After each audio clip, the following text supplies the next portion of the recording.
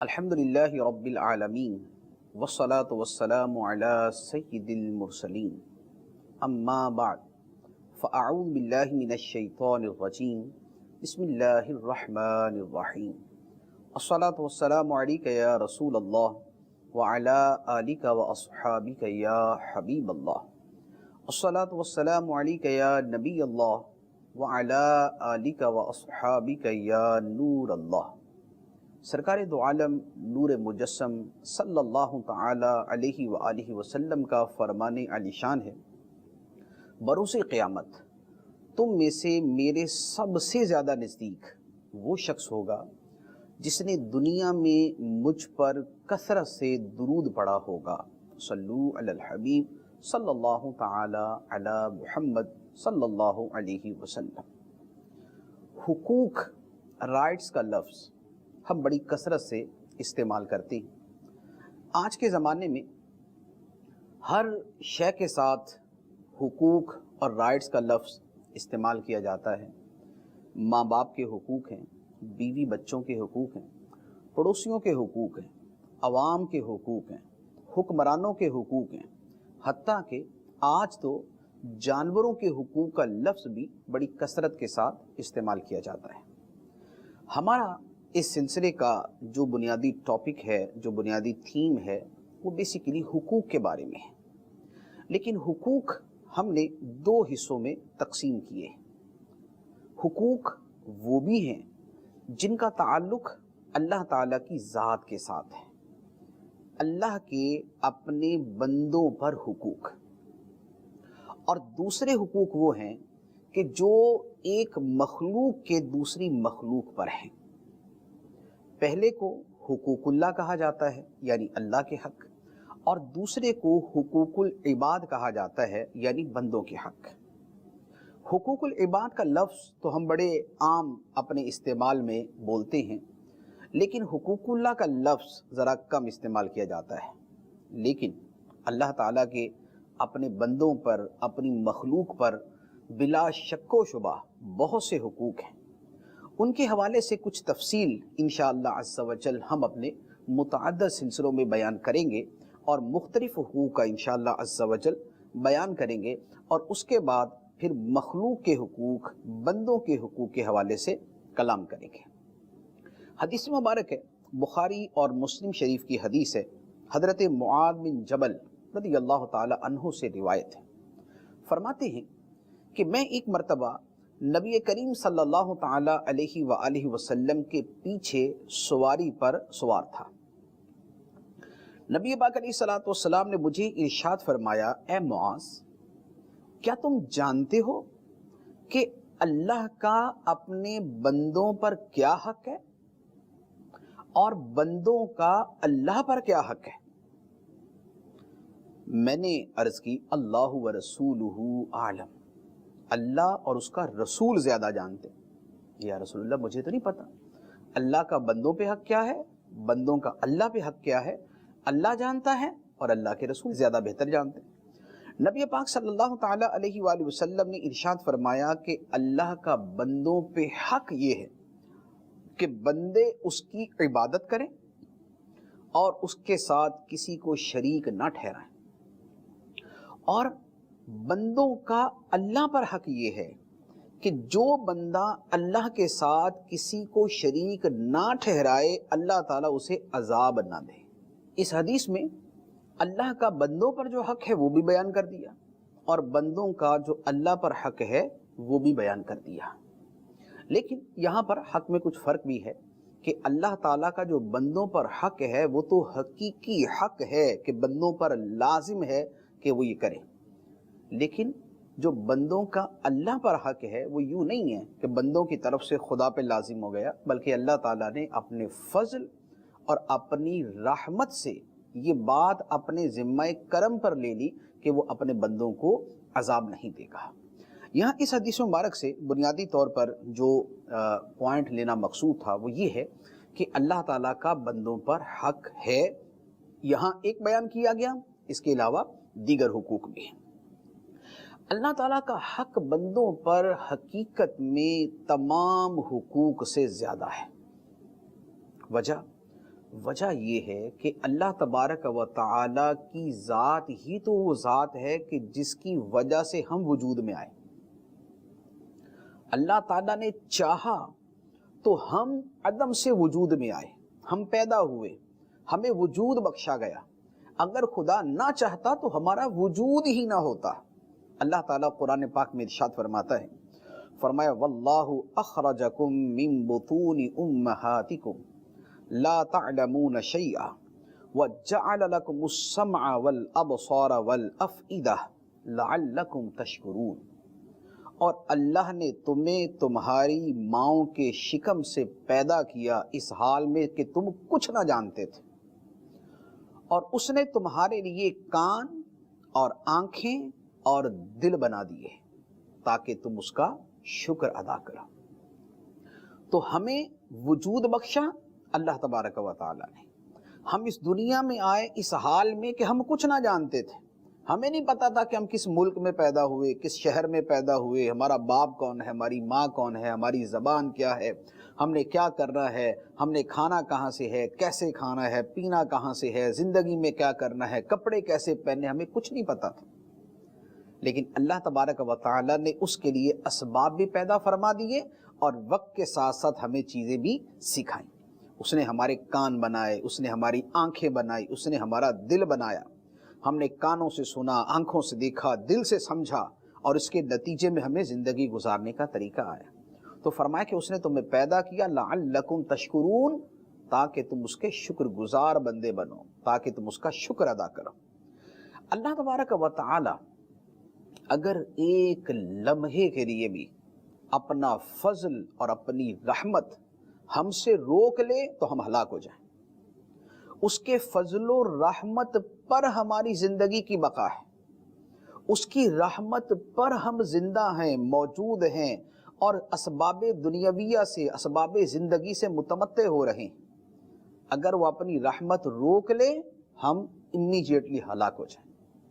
اللہ تبارک و تعالی ارشاد فرماتا ہے کہ تمہارے پاس جو نعمت ہے وہ اللہ کی طرف سے، اور یہ ساری نعمتیں دینے کے باوجود، یہ ساری نعمتیں دینے کے باوجود اللہ تعالی ہم سے کسی اور شے کا مطالبہ نہیں کرتا، وہ ہم سے رزق کا مطالبہ نہیں کرتا۔ اللہ تعالیٰ فرماتا ہے لا نسألک رزقا، ہم تم سے رزق نہیں مانگتے، نحن نرزقک، رزق ہم تمہیں دیں گے، والعاقبۃ للتقوی، اور اچھا انجام پرہیزگاروں کے لیے۔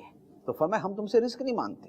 ایک اور آیت میں فرمایا اب اللہ تعالیٰ کی طرف سے کیا ڈیمانڈ ہے، کیا حکم ہے، کیا مطالبہ ہے، فرمایا وما خلقت الجن والانس الا لیعبدون ما اريد منهم من رزق وما اريد ان يطعمون ان اللہ هو الرزاق ذو القوة المتین۔ فرمایا میں نے جنوں اور انسانوں کو صرف اس لیے پیدا کیا کہ وہ مجھے پہچانیں، وہ میری عبادت کریں، میری بندگی کریں۔ میں ان سے رزق نہیں چاہتا، اور نہ میں ان سے یہ چاہتا ہوں کہ وہ مجھے کھلائیں۔ اللہ تعالیٰ فرماتا ہے میں بندوں سے رزق نہیں چاہتا، میں ان سے یہ نہیں چاہتا کہ وہ مجھے کھلائیں۔ بے شک اللہ تو رزق دینے والا ہے، قوت والا ہے، طاقت والا ہے۔ ان اللہ هو الرزاق ذو القوة المتین، بے شک اللہ ہی رزق دینے والا ہے، وہی قوت والا ہے، وہی طاقت والا ہے۔ تو اللہ تعالیٰ کی طرف سے جو بندوں سے مطالبہ ہے وہ عبادت کا اور بندگی کا ہے۔ اللہ تعالیٰ کی نعمتیں ہیں جو ہم استعمال کرتے ہیں، ہر نعمت جو ہمارے پاس ہے اللہ تعالیٰ کی طرف سے ہے، اور وہ کتنی نعمتیں ہیں، وہ اتنی نعمتیں ہیں، وہ اتنی نعمتیں ہیں کہ اگر ساری زندگی ان نعمتوں کا شمار کرتے رہیں نعمتیں گن نہیں سکتے، نعمتیں شمار کر نہیں سکتے ہم۔ اللہ تعالیٰ قرآن پاک میں ارشاد فرماتا ہے، فرمایا وَإِن تَعُدُّوا نِعْمَةَ اللَّهِ لَا تُحْصُوهَا، اور اگر تم اللہ کی نعمتوں کو گننا چاہو تو اسے شمار نہیں کر سکتے، سر سے لے کر پاؤں تک، وجود کے اندر اور وجود سے باہر، دائیں بائیں اوپر نیچے، ہمارے ایک ایک عضو میں، ہمارے بدن کے سسٹم میں ہمارے ساتھ نہ جانے کیا کیا اللہ تعالیٰ نے ہمارے ساتھ سسٹم وابستہ کیے ہوئے، ہمارے وجود کے اندر ڈالے ہوئے، جن کے اوپر زندگی رواں دواں ہے، تو ہم خدا کی نعمتوں کو شمار نہیں کر سکتے، کیونکہ پوری نعمتوں کو تو ہم پہچان ہی نہیں سکتے، جان ہی نہیں سکتے، تو گنے گے کہاں سے؟ تو سب نعمتیں اللہ تعالیٰ کی طرف سے۔ تو جس خالق و مالک کی اتنی نعمتیں ہیں، جس منعم حقیقی کی، جس مالک حقیقی کی، جس رازق حقیقی کی اتنی نعمتیں ہیں، کیا اس کا اپنی مخلوق پر، اپنے بندوں پر حق نہیں ہوگا؟ یقیناً ہوگا۔ اس اللہ کریم کا اپنے بندوں پر حق ہے، بلکہ حقوق ہیں۔ وہ حقوق کیا ہیں؟ اب ان کو تھوڑا سا ہم بالترتیب بیان کرتے ہیں۔ اللہ تبارک و تعالی کا پہلا حق یہ ہے کہ بندے اللہ کو پہچانیں، اس کی معرفت حاصل کریں، کیونکہ خدا کو پہچانیں گے تو اسے مانیں گے، اسے مانیں گے تو اس کے احکام پہ عمل کریں گے، اس کے سامنے سر جھکائیں گے۔ تو معرفت بنیاد ہے ماننے کی، اور ماننا بنیاد بنتا ہے اطاعت کا اور بندگی کا۔ اب اللہ تعالیٰ کی معرفت کا جو باب ہے یہ بڑا وسیع ہے، اس کے چند پہلو میں عرض کروں گا، ورنہ حقیقتاً یہ ہے، حقیقی بات یہ ہے کہ اللہ تعالیٰ کی معرفت پر ہم جیسے لوگ تو پورے طریقے سے کلام کرنے پر بھی قادر نہیں ہیں، اور اس کی گہرائی اور اس کی تفصیل میں جانا تو بہت دور کی بات ہے۔ اللہ تعالیٰ کی معرفت کے حوالے سے تین چیزیں ہیں۔ ایک ہے اس کی ذات کی معرفت، ایک ہے اس کی صفات کی معرفت، اور ایک ہے اس کے حقوق اور اس کے احکام کی معرفت۔ اب اس میں کچھ تفصیل ہے، ذات کی معرفت سے کیا مراد ہے اور اس کا حصول کیا ممکن ہے یا نہیں، صفات کی معرفت سے کیا مراد ہے، حقوق اور احکام کی معرفت سے کیا مراد ہے، اس کے اندر تفصیل آ جاتی ہے۔ سب سے پہلے یہ جو لفظ معرفت ہے، پہلے اسی کو تھوڑا سا ہم ایکسپلین کر لیں تاکہ لفظ معرفت واضح ہو جائے کہ یہ کیا چیز ہے۔ معرفت کو ہم اپنی اردو کی زبان میں صاف الفاظ میں کہتے ہیں پہچان۔ پہچان، ہم کسی بندے کو دیکھتے ہیں اور اس کو پہچان لیتے ہیں کہ یہ بندہ میں فلاں جگہ ملا تھا۔ ہم کسی علاقے میں جاتے ہیں اور پہچان لیتے ہیں کہ یار اس جگہ تو میں پہلے بھی آیا تھا۔ ہم اپنی گمشدہ شے کو دوبارہ پاتے تو پہچان لیتے ہیں یہ تو میری ہے۔ یہ جو پہچان ہے، اس کے لیے عربی زبان میں لفظ آتا ہے معرفت۔ میں نے پہچان لیا، عرفتو، میں نے پہچان لیا۔ تو یہ عربی زبان کے اعتبار سے یہ لفظ ہے جس کا مطلب ہے پہچان، معرفت الہی یعنی اللہ کی پہچان۔ جو معرفت ہے، معرفت کا لفظ بنا ہے عرف سے۔ لغت کے اندر، عربی لغت میں اور ہماری اردو لغت کے اندر بھی جو معرفت کا معنی وہ ہے کہ کسی شے کی ذات اور اس کے آثار اور خصوصیات کے بارے میں علم حاصل کرنا۔ کسی شے کی ذات، آثار اور خصوصیات کے بارے میں علم حاصل کرنا۔ اور اصطلاح میں یعنی جو ایک ٹرمینالوجی ہے اس کے اندر معرفت کا مطلب ہے کہ کسی شے کو اس کے غیر سے ممتاز کر دینے کو اس چیز کی معرفت کہتے ہیں۔ یعنی مثال کے طور پہ میں یہ پہچانتا ہوں کہ یہ آئی پیڈ ہے اور یہ ٹیبل ہے اور یہ فلاورز ہیں۔ میں نے اس شے کو، میں نے اپنے آئی پیڈ کو میں نے ممتاز کر دیا اس ٹیبل سے، اس ٹیبل کو ممتاز کر دیا میں نے فلاورز سے، فلاورز کو میں نے ممتاز کر دیا فرش سے۔ یہ جو ایک شے کو میں نے دوسری شے سے جدا گانا اس کو کر دیا اور اس کو میں نے اس اعتبار سے سمجھ لیا، اس سمجھنے اور اس جاننے کا نام معرفت ہے، یہ اصطلاح کے اعتبار سے۔ اچھا، ہمارے ہاں علم اور معرفت دو لفظ بولے جاتے ہیں۔ ہم کہتے ہیں جی میں نے اسے جان لیا، ہم کہتے ہیں میں نے اس کو پہچان لیا۔ علمت و عرفت، میں نے جان لیا، و عرفت، میں نے پہچان لیا۔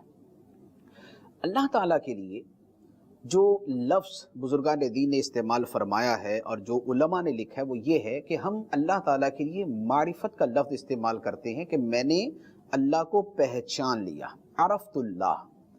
علمت اللہ کا جو لفظ ہے یہ استعمال نہیں کیا جاتا۔ اللہ عالم ہے، اللہ علیم ہے، وہ جاننے والا ہے، یہ اس کے اعتبار سے نہیں، یعنی ہمارے اعتبار سے کہ ہم یہ لفظ استعمال کریں گے عرفت اللہ، میں نے اللہ کو پہچان لیا۔ ہم یہ لفظ نہیں بولیں گے علمت اللہ. اب اس کے پیچھے ایک یوں کہہ لیں کہ لغت کے اعتبار سے اور اصطلاح کے اعتبار سے ایک ڈیٹیل ہے، لیکن عوامی اعتبار سے اس کا سمجھانا کافی پیچیدہ ہے، اس لیے میں نے ایک مسئلے کے اعتبار سے یہ شے عرض کر دی. اللہ تعالیٰ کی معرفت جو ہے اس کی بڑی عظمت ہے. کیسے؟ وہ یوں ہے کہ دیکھیں کسی شے کی معرفت کا مقام کیا ہے، کسی شے کو پہچاننے کا مقام کیا ہے، یہ ڈیپینڈ کرتا ہے اس چیز کے اوپر کہ وہ شے کیا ہے. مٹی کو پہچاننا اس کی کیا قدر و قیمت ہوگی، اور سونے کو پہچاننا اس کی کیا قدر و قیمت ہوگی، ہیرے کو پہچاننا اس کی کیا قدر و قیمت ہوگی.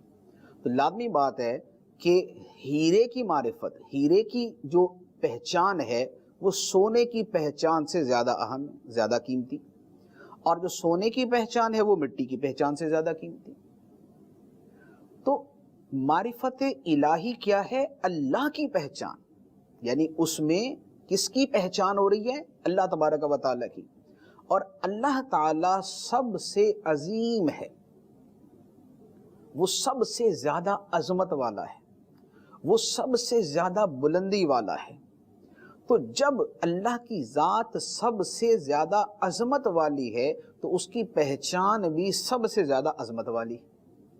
تو معرفت الہی کی عظمت یہ ہے کہ چونکہ یہ معرفت اللہ کی معرفت ہے اور اللہ سب سے عظیم ہے تو اس کی معرفت بھی سب سے عظیم ہے. پھر اس معرفت کا فائدہ کیا ہے؟ معرفت کا فائدہ یہ ہے کہ جب ہم کسی شے کو پہچانتے ہیں تو اس کی جیسی پہچان ہمارے سامنے آتی ہے، ہمارے دل میں اس کے بارے میں جو جذبات اور جو خیالات ہوتے ہیں وہ اسی اعتبار سے بدلتے ہیں. ہم کسی بندے کے بارے میں اس کی اگر بری صفات کو جانیں، اگر اس کی بری صفات کو جانیں تو ہمارے دل میں اس کے بارے میں ناپسندیدگی پیدا ہوتی.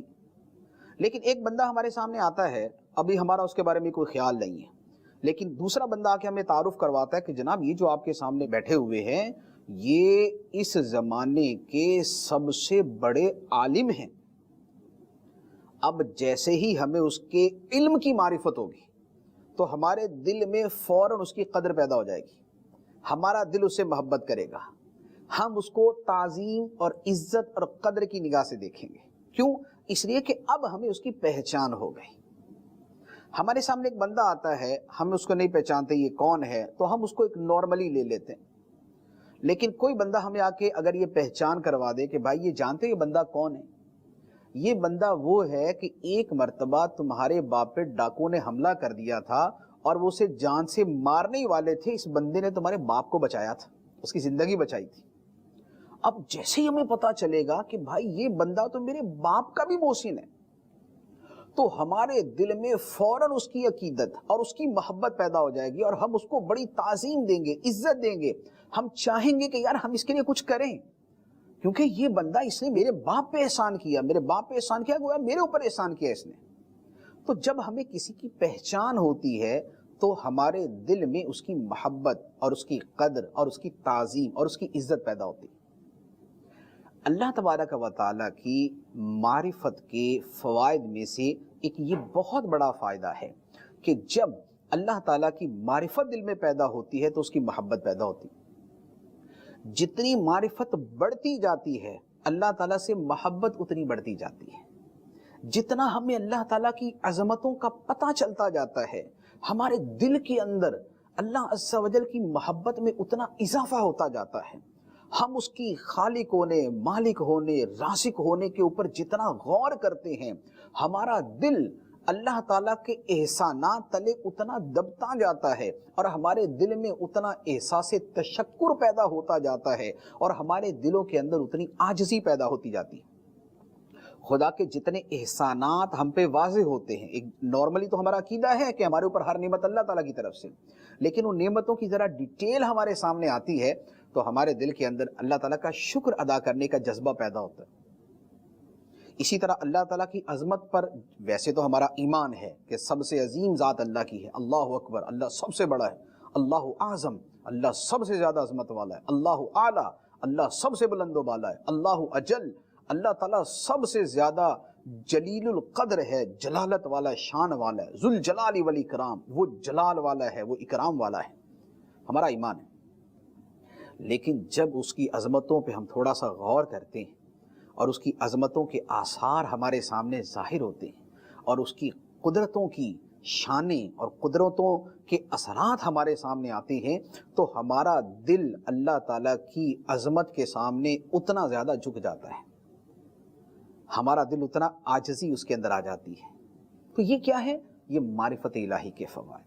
تو معرفت الہی جو ہے یہ ایک بڑی عظیم شے ہے۔ اچھا، پھر ایک تو یہ ہے کہ اللہ تعالیٰ کی معرفت سے اللہ تعالیٰ کی محبت میں اضافہ ہوتا ہے، اس کی عظمت کو ماننے میں اور اعتقاد کے اندر جو ہے مزید طاقت اور قوت آتی ہے۔ دوسرا یہ بھی ہے کہ بندہ جتنا خدا کی معرفت حاصل کرتا ہے وہ اتنا خدا کے قریب ہو جاتا ہے۔ اللہ تعالیٰ کا جو قرب ہے وہ اس معرفت کے ساتھ وابستہ ہے۔ جتنی خدا کی معرفت زیادہ اتنا اللہ تعالیٰ کا قرب زیادہ۔ خدا کی بارگاہ میں جو مرتبے ہیں، جو مقام ہیں، ان کا دار و مدار خدا کے قرب کے ساتھ ہے۔ جتنا جس کا قرب خدا سے زیادہ ہے اس کا مرتبہ اتنا زیادہ ہے۔ کائنات کے اندر اللہ تعالیٰ کے سب سے مقرب ترین بندے ہمارے آقا صلی اللہ تعالیٰ علیہ وآلہ وسلم، چونکہ سب سے مقرب ہیں لہذا سب سے افضل، سب سے اعلیٰ ہے، سب سے بالا ہے، سب سے بہتر ہے اور خیر البریہ ہے، ساری مخلوق میں سب سے جو ہے وہ عمدہ ہے، بہتر۔ تو اللہ تعالیٰ کی معرفت کا ایک بہت بڑا فائدہ اس کے قرب کے اندر اضافہ بھی ہے۔ اچھا، اب یہاں پر ایک سوال پیدا ہوتا ہے۔ سوال یہ ہے کہ ایک عام بندہ جس کا دین کے ساتھ کوئی تعلق نہیں، جو کوئی اتنا جو ہے وہ دین، مذہب، عبادت اس کی طرف متوجہ ہی نہیں، بلکہ یوں کہہ لے کہ ہے ہی غیر مسلم، وہ کیوں اللہ تعالیٰ کی معرفت کی طرف آئے؟ کیوں اس کے دل کے اندر یہ بات آئے کہ میں خدا کو پہچانوں، میں اس کی معرفت حاصل کروں؟ اس کے دل میں یہ بات کیوں آئے؟ اس کے کئی جو ہے وہ جوابات ہیں، میں ایک دو جوابات جو ہے وہ عرض کرتا ہوں۔ دیکھیے، سب سے پہلی بات یہ، ہماری جو فطرت ہے، انسان کی جو فطرت ہے، اس میں تجسس ہے، جستجو ہے، تلاش ہے، لگن ہے، حقائق کو دریافت کرنا ہے، چیزوں کی گہرائی تک جانا ہے، علتوں کا سمجھنا ہے، اسباب کا معلوم کرنا ہے۔ یہ انسان کی فطرت کے اندر ہے۔ ہمارے دل و دماغ میں کتنے سوال پیدا ہوتے ہیں کہ ہم ایک معمولی سی شے بھی ہوتی ہے تو ہمارے ذہن میں اس کے بارے میں 10 سوال پیدا ہوتے ہیں۔ ہم کوئی عجیب شے دیکھتے ہیں فوراً پوچھتے ہیں یار یہ کیسے ہوتی ہے۔ ہم مثال کے طور پہ خدا نہ خواستہ کسی کا ایکسیڈنٹ ہو جائے اور اسے وہ ہاسپٹل پہنچے، اس کو جیسے ہی ہوش آئے گی نا، ہوش آنے کے بعد سب سے پہلا سوال کرے گا یار میں یہاں کیسے آیا، کون لے کے آیا، میرے ساتھ کیا ہوا ہے، ہوا کیا تھا میرے ساتھ، میری بدن تو ٹھیک ہے نا، میرا کوئی میری ہڈی وڈی تو نہیں ٹوٹ گئی۔ یعنی اٹھتے ساتھ ہی وہ سوالات کی بوچھاڑ کر دے گا۔ اچھا، اسی طرح آپ دیکھتے ہیں بچہ جب بڑا ہوتا ہے، بولنا سیکھتا ہے، وہ بولنا سیکھتے ساتھ ہی سوال شروع کر دیتا ہے، یہ کیسے ہے، وہ کیسے ہے، کیوں ہوا، کیسے ہوا، کب ہوا اور کیسے ہوگا، اور یہ اس کا مجھے بتائیں، اس کا بتائیں، اس کا بتائیں۔ یہ تجسس، آخر ایک بچہ چھوٹا سا بڑا ہوا، اس کے اندر اتنے سوالات کہاں سے آ گئے؟ یہ اس کی فطرت کے اندر ہے، اس کی نیچر کے اندر ہے کہ وہ سوال کرتا ہے۔ اب بات یہ ہے کہ جب تجسس اور حقائق کی دریافت یہ انسان کی فطرت ہے تو بڑی سمپل سی بات ہے کہ جب ہم اتنی وسیع و عریض کائنات کو دیکھتے ہیں، ہم اتنے پھیلے ہوئے آسمان کو دیکھتے ہیں، ہم یہ بچھی ہوئی زمین کو دیکھتے ہیں، ہم یہ بیج سے اگنے والے درخت کو دیکھتے ہیں، ہم آسمان پہ جگمگانے والے ستاروں کو دیکھتے ہیں، ہم طلوع و غروب ہوتے ہوئے سورج کو دیکھتے ہیں، ہم بڑھتے گھٹتے چاند کو دیکھتے ہیں، ہم زمین میں ہزاروں تغیرات دیکھتے ہیں، ہم موسموں کی تبدیلی دیکھتے ہیں، ہم سمندر کی وسعتیں دیکھتے ہیں، ہم دریاؤں کی روانی دیکھتے ہیں، ہم پرندوں کا اڑنا دیکھتے ہیں، ہم چڑیوں کا چہچہانا دیکھتے ہیں، ہم جانوروں کے مقابلے دیکھتے ہیں، ہم زمین سے نکلنے والی معدنیات کو دیکھتے ہیں، ہم عجیب و غریب لاکھوں کروڑوں اربوں خربوں چیزوں سے بری ہوئی دنیا کو دیکھتے ہیں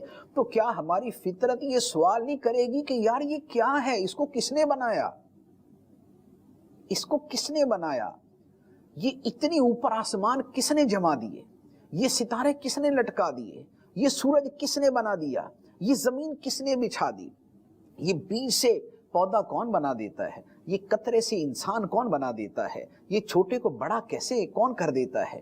تو یہ انسان کی فطرت تقاضا کرتی ہے کہ وہ یہ سوال کرے کہ اس کائنات کا بنانے والا کون ہے، یہ دنیا بنانے والا کون ہے۔ کوئی تو ہے جو نظام ہستی چلا رہا ہے، وہی خدا ہے، وہی خدا ہے۔ تو یہ اللہ تبارک و تعالیٰ کے بارے میں یہ خالق کی معرفت جو ہے، یہ ہماری فطرت کی آواز ہے، یہ ہماری فطرت کا تقاضا ہے۔ پھر اس کے ساتھ سوال کی ایک اور جو ہے وہ ایک دوسری رو شروع ہوتی ہے، ایک دوسرا پہلو شروع ہوتا ہے، وہ یہ ہے کہ ہم پیدا ہوتے ہیں، چھوٹے سے ہوتے ہیں، ہماری زندگی گزرتی ہے، پھر ختم ہو جاتے ہیں، مر جاتے ہیں۔ ہمارے اندر کیا شے تھی کہ آئی تو ہم زندہ تھے، اور ہم سے کیا نکل گیا کہ ہم مر گئے۔ ہم آئے کہاں سے اور گئے کہاں؟ ہمارا یہ آنا جانا کیوں ہے؟ اس زندگی کا وجود کیوں ہے؟ اس کا مقصد کیا ہے؟ یہ ہمارا ضمیر ہم سے سوال کرے گا، یہ ہمارا دل ہم سے سوال کرے گا، یہ ہماری روح ہم سے سوال کرے گی۔ کیوں؟ اس لیے کہ سوال ہماری زندگی میں، اسی سوال کے اوپر تو ساری دنیا میں تحقیق ہوتی ہے، انہی سوالات کے اوپر تو سائنس بنتی ہے، سائنس کی ترقی ہوتی ہے، فلسفے وجود میں آتے ہیں۔ تو انسان کہاں سے آیا، کہاں چلا جاتا ہے، اور اس کے آنے کا مقصد کیا ہے، اور جہاں وہ چلا جاتا ہے وہاں کیا ہوگا، یہ ساری چیزوں کی معلومات جو ہے، اس کے بارے میں اس کی معلومات حاصل ہونا، یہ ہمارے دل کی آرزو اور تمنا ہے۔ اور یہ آرزو اور تمنا ہمیں، جب ہم اس کے پیچھے چلتے ہیں اور اس کی کوشش کرتے ہیں، تو یہ ہمیں خدا کی معرفت تک لے کے جاتی ہے۔ تو اللہ تعالیٰ کی معرفت اس لیے ضروری ہے، اور اس کی معرفت کی طلب اور تلاش اس لیے ضروری ہے کہ یہ ہماری فطرت کا تقاضا ہے۔ یہ ایک ریزن جو ہے تھوڑا سا میں نے ڈیٹیل کے ساتھ عرض کیا۔ دوسری طرف ایک اور انداز کے اندر میں اس پر کلام کرتا ہوں۔ ایک بندہ ہے جس نے مثال کے طور پہ مدینہ منورہ جانا ہے، وہ رات کو سوتا ہے، اس کی آنکھ کھلتی ہے، وہ سویا اپنے ملک کے اندر، اپنے شہر کے اندر ہے، آنکھ کھلی تو اس نے دیکھا یار میں تو کسی ہوٹل کے اندر ہوں، اب میں ہوٹل میں کہاں سے پہنچ گیا۔ اچھا، اب ہوٹل میں جب وہ اٹھا، اس نے کہا یار پتہ نہیں میرے سوٹ، میرے کپڑے، میرے سارا اسباب سامان، جوتے، میرا ٹوتھ برش، میری مسواک، میرا کنگا، میرا تیل، میرے سارے جو میرے جیب میں پیسے، ریال، یہ ساری چیزیں ہونی چاہیے۔ لیکن اس نے جیب میں ہاتھ ڈالا تو ریال موجود، اس نے سائیڈ میں دیکھا تو بیگ رکھا ہوا، بیگ کھول کے دیکھا سارے کپڑے موجود، سائیڈ پاکٹ میں دیکھا تو مسواک یا ٹوتھ برش رکھا ہوا، نیچے جھانک کے دیکھا تو چپلیں پڑی ہوئی۔ اب اٹھا، بستر سے اٹھتا ہے، واش روم کا دروازہ کھولتا ہے، اندر دیکھتا ہے تو اندر دنیا جہان کی ہر نعمت موجود ہے جو باتھ روم میں ہونی چاہیے، صابن ہے، تولیہ ہے، شیمپو ہے، اور ڈرائر ہے، اور باقی جو کچھ ہوتا ہے صاف ستھرا سب کچھ بنا بنایا۔ بڑا حیران ہوتا ہے۔ اب وہ وہاں سے فارغ ہو کے باہر نکلتا ہے، اس کو بھوک لگتی ہے۔ اب بھوک لگتی ہے، کہتا ہے یار کھانا میں کہاں سے کھاؤں گا، اس کو یکدم نظر آتا ہے سامنے فریج رکھی ہوئی ہے۔ فریج کھولتا ہے تو فریج کے اندر اس کو رنگ برنگی نعمتیں، اس کو ناشتے کا سامان، تو اس کو انڈے، تو آملیٹ، تو سلائس، تو جیم، تو جناب شہد، تو نوٹیلا، تو فلاں، اس کو ہر شے اندر نظر آ جاتی ہے۔ وہ کہتا ہے یار یہ کون ہے بھائی جس نے میرے لیے سارے انتظامات کر دیے۔ اب وہ اپنا ناشتہ واشتہ کرتا ہے، فریج بند کرتا ہے، ہوٹل سے جیسے باہر نکلتا ہے سامنے گاڑی کھڑی، گاڑی والا اسے سلام کرتا ہے، سر آئیے۔ بھائی کہاں جا رہے ہو؟ وہ سر آپ نے مدینہ منورہ آنا تھا نا، تو میں آپ کو مسجد نبی چھوڑ کے آ رہا ہوں۔ کہتا ہے گاڑی بھی کھڑی؟ گاڑی میں بیٹھتا ہے، پہنچ جاتا ہے مسجد نبی۔ اب یہاں پر میں ایک سوال کرتا ہوں، یہاں پر اگر وہ بندہ، اس کو کوئی جان پہچان والا مل گیا، اسے پوچھتا ہے یار بھائی صاحب آپ بھی ماشاءاللہ یہاں پر، آپ بھی مدینے آ گئے، کہ جی میں بھی آ گیا. لیکن آپ غور کریں, اب تھوڑا سا توجہ دیں اس کے اوپر. یہ بندہ کیا اس کے دل و دماغ کے اندر یہ طوفان نہیں برپا ہوگا کہ یار یہ ہوا کیا ہے, یہ کس نے میرے اوپر اتنے احسانات کر دیے, مجھے راتوں رات سوتے میں مدینے پہنچا دیا, میرے دنیا جان کے جتنے ضروریات تھی ساری پوری کر دی, میرے لیے ہر شے کا ارینجمنٹ پہلے سے کس نے کر دیا. اب اگر وہ کسی سے کہے کہ یار مجھے بتاؤ میرے ساتھ کس نے کیا سارا کچھ, اور وہ بندہ آگے سے کہ چھوڑو یار آم کھاؤ گٹھلیوں سے کیا کام تمہیں, پہنچ گئے نا بس چھوڑو, اب کس نے پہنچایا, کیسے آ گئے, کیا ہوا, کس نے اسباب کر دیے, سب چھوڑو آرام سے, بس آپ تم حاضریاں دو یہاں پر. وہ کہے گا نہیں یار میں حاضری دوں گا, لیکن مجھے بتاؤ تو صحیح کیا کس نے سارا کچھ. اتنا ویل مینجڈ, ویل آرگنائزڈ, اتنا شاندار انداز کے اندر یہ سارا کس نے کر دیا. میری طبیعت میں چین نہیں آئے گا جب تک مجھے پتہ نہ چل جائے کہ میرے ساتھ یہ سارا کیا کس نے. آپ بتائیے کیا یہ فطری طور پہ اس کے دل میں نہیں آئے گا؟ ایسا ہو نہیں سکتا کہ انسان کے ساتھ کوئی اس طرح ساری کی ساری چیزیں کر دے اور اس کے دل و دماغ کے اندر یہ بات ہی نہ آئے کہ یار میں اس کو جانوں تو صحیح جس نے میرے لیے سارا کچھ کیا. اب آپ اس مثال کو تھوڑا سا ذرا براڈ لیں, اس کو ذرا بڑے پیمانے پہ لیں. ہم اس دنیا میں آئے, ہمیں بھوک لگتی تھی, ہمارے جسم کو توانائی چاہیے, ایندھن چاہیے نا, توانائی کا ایندھن چاہیے.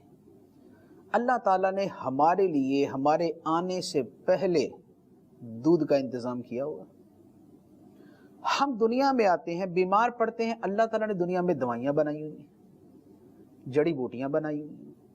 ہمارے بدن کو پروٹین بھی چاہیے, ہمارے بدن کو منرلز بھی چاہیے, ہمارے بدن کو اور بھی بہت ساری چیزیں چاہیے. پتہ نہیں کیا کیا اجزاء ہیں, وٹامن اے تو بی تو سی تو 12 تو میگنیشیم تو آئرن تو جناب کیلشیم, تو پتہ نہیں پورے وجود کو کیا کیا چاہیے. اللہ تعالیٰ نے کچھ مالٹے میں ڈال دیا, کچھ آم میں ڈال دیا, کچھ بھنڈی میں ڈال دیا, کچھ ترئی میں ڈال دیا, کچھ لوکی میں ڈال دیا, کچھ گوشت میں ڈال دیا. ہر شے کے اندر ڈالا ہوا ہے اور وہ ساری چیزیں ہمارے ارد گرد موجود ہیں. ہمیں اب یہ چیزیں چاہیے تو کھانے کے لیے چاہیے. اللہ تعالیٰ نے جانور بھی پیدا کیے ہوئے, سبزیاں بھی پیدا کی ہوئی ہیں, سمندر میں مچھلیاں بھی پیدا کی ہوئی ہیں. ہمیں پینے کا پانی چاہیے. اللہ تعالیٰ نے پوری زمین کے اندر پانی بچھا دیا, پانی موجود ہے. جہاں پر زمین سے نہیں نکلتا خدا وہاں پر بارش بھیج دیتا ہے, بارش آ کے نازل ہوتی ہے تو بارش سے ہمیں پانی مل جاتا ہے. یعنی پوری دنیا کا نظام ایسا بنا بنایا, اور ہمارے لیے ایسے اسباب وہاں پر موجود ہیں, ہمارے پہننے کا, کھانے کا, پینے کا, رہنے کا, ہماری دوائی کا, دارو کا, ہماری دیگر چیزوں کا, ہر شے کا انتظام اللہ تعالیٰ نے ہماری پیدائش سے پہلے کیا ہوا ہے. اب غور کریں کہ کیا ہمارا دل یہ نہیں کہے گا یار وہ محسن ہے کون, وہ منعم ہے کون, یہ ہمارے لیے کس نے سارے انتظام کیے ہیں, یہ ہمارے لیے کس نے اتنا کچھ پہلے سے فراہم کیا ہوا ہے. یہ جو گندم پکتی ہے اس میں سورج کی روشنی چاہیے, اس میں سورج کی حرارت چاہیے, اس میں ہوا چاہیے.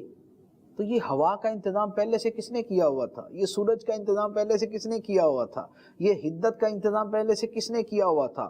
یہ نرم مٹی چاہیے تاکہ بویا جائے, تو یہ نرم مٹی کیوں بنا دی. یہ سخت پہاڑ بھی چاہیے تھے کہ ان کی اپنی ضرورت ہے, تو یہ سخت پہاڑ کس نے بنا دیے. یہ دریا جگہ جگہ رواں دواں ہے, یہ سمندر اتنے وسیع بنے ہوئے, اور سمندروں میں لاکھوں کروڑوں معدنیات ہیں. یہ پہاڑوں کے نیچے کیا کیا رکھ دیا, یہ جنگلات کی لکڑیاں موجود ہیں. یہ سارے کے سارے انتظام کس لیے, ہمارے لیے, انسان کے لیے. جانور کس کے لیے, ہمارے لیے. درخت کس کے لیے, ہمارے لیے. سمندر کس کے لیے, ہمارے لیے. دریا کس کے لیے, ہمارے لیے. نہریں, ندی, نالے کس کے لیے, ہمارے لیے. زمین نرم کیوں, ہمارے لیے. پہاڑ بلند کیوں, ہمارے لیے. پہاڑوں پہ برف جمتی ہے کیوں, ہمارے لیے. گرمی آتی ہے, برف پگھلتی ہے, پانی بنتا ہے کیوں, ہمارے لیے. ارے ہمارے اوپر اتنی مہربانیاں, اتنی عنایتیں, اتنی رحمتیں, اتنے فضل و کرم, یہ کون ہے کرنے والا. تو ہمارا جو ضمیر ہے وہ ہمیں کہے گا کہ اس کو پہچانو, اس کو جانو, وہ کون ہے کہ جس نے تمہارے آنے سے پہلے تمہارے لیے سارے انتظامات کیے ہوئے تھے. تو یہ جو ہمارے اوپر اللہ تعالیٰ نے احسانات فرمائے ہیں، وہ احسانات تقاضا کرتے ہیں کہ ہم اس طرف توجہ دیں، ہم ادھر سوچیں کہ یار یہ کس نے ہمارے لیے یہ سارا کچھ کر دیا ہے۔ تو یہ وہ شے ہے کہ جو ہم سے مطالبہ کرتی ہے اور جو ہمیں ابھارتی ہے، جو ہمارے دل کے اندر تجسس جگاتی ہے کہ تلاش کرو، طلب کرو تم اس خدا کو، اور پہچاننے کی کوشش کرو اس ہستی کو جس نے تمہارے لیے یہ سارے کے سارے ارینجمنٹس کیے۔ تو یہ وہ چیز ہے کہ جس کی وجہ سے ہمارے دل کے اندر یہ ایک شے پیدا ہوتی ہے کہ ہم اس کو پہچانیں اور ہم اس کی معرفت حاصل کریں۔ تو یہ اللہ تعالیٰ کی معرفت کے اسباب کے حوالے سے میں نے کچھ کلام کیا کہ خدا کی معرفت کیوں ضروری ہے، ہماری روح کی طلب ہے، ہماری شکر گزاری کا جذبہ تقاضا کرتا ہے کہ ہم اس کو جانیں۔ ہمارے اکاؤنٹ کے اندر ہم اگر کسی مصیبت میں ہوں، ہمارے اوپر قرض چڑھ جائے، ہمارے اوپر جرمانے چڑھ جائیں، ہمارے گھر میں کوئی بیمار ہے، علاج کے پیسے نہیں ہیں، ہمارے پاس کھانے کے سامان نہیں ہے، ہمارے گھر میں شادی ہے، سامان خریدنے کا پیسہ نہیں ہے، اور اچانک ہمیں بینک سے فون آئے کہ جناب آپ کے اکاؤنٹ کے اندر 25 لاکھ روپیہ آ چکا ہے، آپ پیسے نکلوائیں اور جو آپ نے کرنا ہے وہ کر لیں۔ ہم اس 25 لاکھ سے شاپنگ بھی کریں، شادی بھی کریں، علاج بھی کریں، گھر کا سامان بھی تیار کریں، ہر شے اچھے طریقے سے کر دیں۔ مجھے بتائیے کہ کیا کوئی انسان ہو سکتا ہے ایسا کہ جو یہ 25 لاکھ تو استعمال کر لے لیکن اس کے دل کے اندر یہ خیال نہ آئے کہ یار میری مشکل کے وقت میں، میری مصیبت کے وقت میں، میری تکلیف کے وقت میں کس نے میرے اکاؤنٹ کے اندر 25 لاکھ روپیہ بھیجا تھا اور کس نے میرے اوپر یہ احسان کر کے میری تکلیفوں کو دور کیا تھا؟ تو کیا ہمیں اپنے وجود کے اوپر یہ چیزیں نظر نہیں آتی کہ یار کون ہے وہ ذات جس نے ہماری آنکھوں میں نور بھر دیا کہ ساری کائنات کو دیکھ رہے ہیں، جس نے ہماری کانوں کے اندر سماعت ڈال دی ہے کہ ہم آوازیں سنتے ہیں، ہم خوشگوار آوازیں سنتے ہیں، ہم ایک دوسرے کی بات کو سمجھتے ہیں۔ یہ ہماری زبان میں بولنے کی قوت کس نے رکھ دی ہے کہ ہم اپنی بات کو دوسرے تک پہنچاتے ہیں؟ یہ ہمارے ہاتھوں کے اندر پکڑنے کی قوت کس نے رکھ دی ہے کہ ہم اپنے مقاصد اس سے حاصل کرتے ہیں؟ یہ ہمارے دل کے اندر، ہمارے دماغ کے اندر سوچنے کی طاقت کس نے رکھ دی ہے کہ جس کی وجہ سے دنیا جہان کے اندر لاکھوں کروڑوں کام کرتے ہیں؟ ہم نے اپنے اس دل و دماغ سے سائنس کی ایجادات کو کہاں سے کہاں پہنچا دیا۔ یہ سائنس جو ساری انسانی سوچ کی وجہ سے وہاں تک پہنچ گئی، وہ سوچ ہمارے اندر پیدا کرنے والا اور اس سوچ کی صلاحیت رکھنے والا کون ہے؟ وہ سوچ کی صلاحیت رکھنے والا کون ہے؟ وہ کون ہے؟ وہی جو میں نے شروع کے اندر آیت مبارکہ پڑھی، اللہ تعالیٰ نے فرمایا واللہ اخرجکم من بطون امہاتکم لا تعلمون شیئا، اور اللہ نے تمہیں تمہاری ماؤں کے شکم سے نکالا اس حال میں کہ تم کچھ نہ جانتے تھے۔ لا تعلمون شیئا، تم کچھ نہ جانتے تھے، تمہیں نہیں پتا تھا ہوائی جہاز اڑتا ہے، تمہیں نہیں پتا تھا موبائل سے کیا ہوتا ہے، تمہیں نہیں پتا تھا بگ بینگ کیا ہے، تمہیں نہیں پتا تھا بلیک ہول کیا ہے، تمہیں نہیں پتا تھا کیسے سفر ہوتا ہے۔ یہ سائنس جس کے اوپر اتنا ناز کرتے ہو، اس کی الف بے بھی تمہیں پتا نہیں تھی۔ لا تعلمون شیئا، کچھ نہیں جانتے تھے۔ پھر کیسے جان لیا؟ کیسے تمہارے دلوں کے اندر علوم کے سمندر آ گئے؟ کیسے تمہارے اندر جو ہے وہ اتنی سوچیں آ گئیں؟ کیسے تم نے باریکیوں کو نکال لیا اور جان لیا؟ کیسے تم نے عجیب و غریب چیزوں کو ایجاد کر لیا؟ اللہ تعالیٰ نے فرمایا وَجَعَلَ لَكُمُ السَّمْعَ وَالْأَبْصَارَ وَالْأَفْئِدَةَ، فرمایا کہ اس نے تمہارے کان بنائے، آنکھیں بنائی اور دل بنایا۔ یہ دل ہے، یہ آنکھیں ہیں، یہ کان ہے، جس کو استعمال کر کے تم آگے بڑھے آگے بڑھے۔ تم نے کانوں سے سنا سیکھا، آنکھوں سے دیکھا آگے بڑھے، دل سے سوچا، اور پھر یہ ترقی کے دروازے کھلتے گئے، یہ ترقی کے زینے چڑھتے گئے۔ تو یہ ہے وہ معرفت الہی کا ایک انداز اور ایک پہلو کہ جو ہمیں اپنی طرف بلاتا ہے۔ اسی کے اوپر تو کہا گیا ہے کہ اس دنیا کو کیا کہا جاتا ہے؟ عالم۔ الحمدللہ رب العالمین، تمام تعریفیں اللہ کے لیے جو رب ہے سارے عالمین کا، سارے جہانوں کا۔ عالم کسے کہتے ہیں؟ عالم کہتے ہیں ما یعلم بہ، جس کے ذریعے علم ملتا ہے۔ تو چونکہ ہر شے سے علم ملتا ہے، کیسے کہ ہر شے مخلوق ہے، جب ہر شے مخلوق ہے تو مخلوق کا کوئی خالق بھی ہوتا ہے. ہر شے اپنے وجود میں اس بات پہ دلالت کرتی ہے کہ اسے وجود میں لانے والا بھی ہے. تو اس لیے یہ عالمین کہلاتے ہیں. ما یعلم بہ، جس کے ذریعے علم ملتا ہے، جس کے ذریعے جو ہے وہ معلومات ملتی ہیں، پتہ چلتا ہے کس کا؟ خدا کا. اللہ تعالیٰ کی معرفت جس سے نصیب ہوتی ہے. یہ معرفت الہی کے حوالے سے چند بنیادی چیزیں جو ہے وہ عرض کی ہیں. انشاءاللہ عز و جل معرفت الہی کے جو مزید مباحث ہیں اور جو مزید گفتگو ہے، یہ ہم انشاءاللہ اپنے اگلے سلسلے کے اندر بیان کریں گے. اللہ تبارک و تعالی ہمیں فہم عطا فرمائے اور ہمارے دلوں کو اپنی معرفت سے لبریز فرمائے. آمین بجاہ النبی الامین صلی اللہ علیہ وسلم.